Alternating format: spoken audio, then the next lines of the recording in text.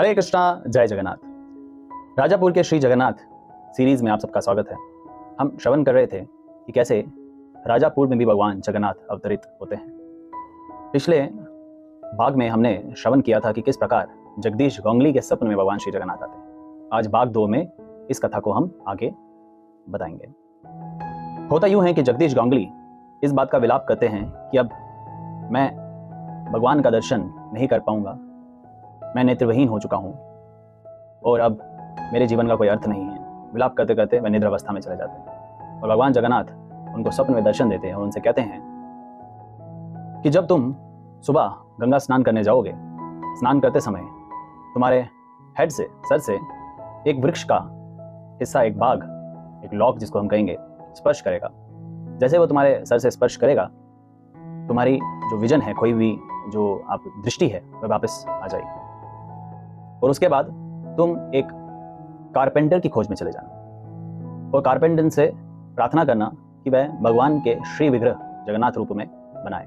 लेकिन वह कारपेंटर मना करेगा। क्यों मना करेगा? क्योंकि उसको कोढ़ की बीमारी होगी और कोढ़ की बीमारी होने के कारण उसके हाथ पूर्ण रूप से जख्मी हो गए होंगे। लेकिन तुम्हें उन्हें कन्विंस करना है और समझाना है कि जैसे ही भगवान के श्री विग्रह पूर्ण रूप से बन जाएंगे, तुम्हारी कोढ़ की बीमारी खत्म हो जाएगी। जैसे ही जगदीश गोंगली की नींद खुलती है, वह इस स्वप्न को सोच के बड़े अचंभित होते हैं और जैसे ही दिनचर्या सुबह प्रारंभ होता है उनका, वह गंगा स्नान के लिए जाते हैं और वैसा ही होता है जैसा स्वप्न में घटित होता है। स्नान करते समय उनके सर के साथ वृक्ष का एक बहुत बड़ा टुकड़ा स्पर्श करता है और उनका जो खोया हुआ विजन है वो वापस आ जाता है। अब वह देख पाते हैं अच्छे से और वह उस वृक्ष के हिस्से को लेके कारपेंटर की तलाश में होते हैं।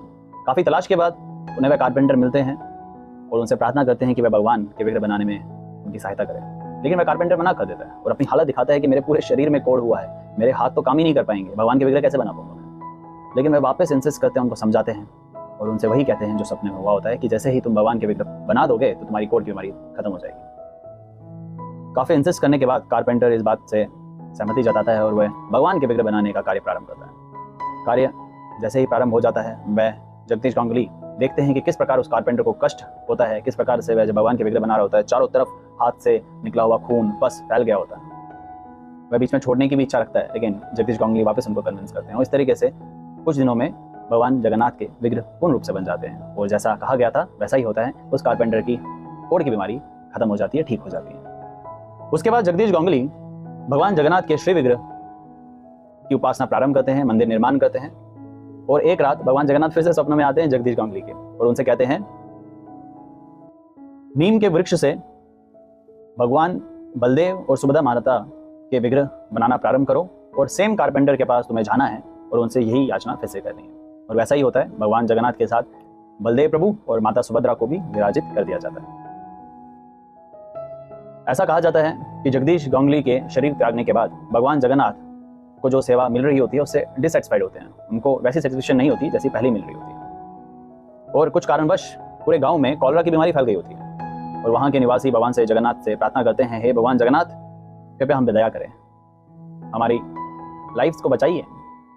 और एक रात हेड पुजारी के स्वप्न में भगवान जगन्नाथ आते हैं और कहते हैं, जगदीश गोंगली के परिवार से एक महिला है जो कैरेक्टरलेस है, उसने मेरा अनादर किया है, अपराध किया है, तो इस अपराध के कारण जगदीश गोंगली के परिवार वाले अपना शरीर त्याग देंगे और पूरे, अगर गांव वाले पूरा गांव छोड़ के ना जाए तो सब गांव वालों की मृत्यु हो जाएगी। यानी कि कॉलरा की बीमारी इसी कारण फैली हुई थी। और जब नेक्स्ट मॉर्निंग वह पुजारी विलेजर्स को ये बात बताता है और जगदीश गोंगली जो कि अब नहीं रहे, उनकी फैमिली को देखने जाते हैं, वह देखते हैं कि जगदीश गोंगली के परिवार वालों ने अपना शरीर त्याग दिया होता है और ये देख के पूरा गाँव खाली हो जाता है। अब भगवान जगन्नाथ की किसी प्रकार से उपासना नहीं होती है और इस वजह से जो मंदिर होता है वह गिर जाता है और भगवान जगन्नाथ, सुभद्रा और बलदेव प्रभु उसी मंदिर के छत के नीचे लुप्त हो जाते हैं। आप कह सकते हैं एक तरीके से दफन हो जाते हैं। लेकिन भगवान जगन्नाथ अप्रकट तो हो गए अपनी इच्छा से, लेकिन एक समय में वह वापस प्रकट होते हैं। वो वापस कैसे प्रकट होते हैं उसकी कहानी हम अगले भाग में समझेंगे। तब तक के लिए आप सब भक्तों से प्रार्थना है कि इस भगवान जगन्नाथ की कहानी आप ज़्यादा से ज़्यादा लोगों तक फॉरवर्ड करें ताकि वह भी इनका श्रवण करें और वह जाने कि राजापुर के भगवान श्री जगन्नाथ और पुरी में विराजित भगवान श्री जगन्नाथ में किसी प्रकार का भेद नहीं। हरे कृष्णा, जय जगन्नाथ।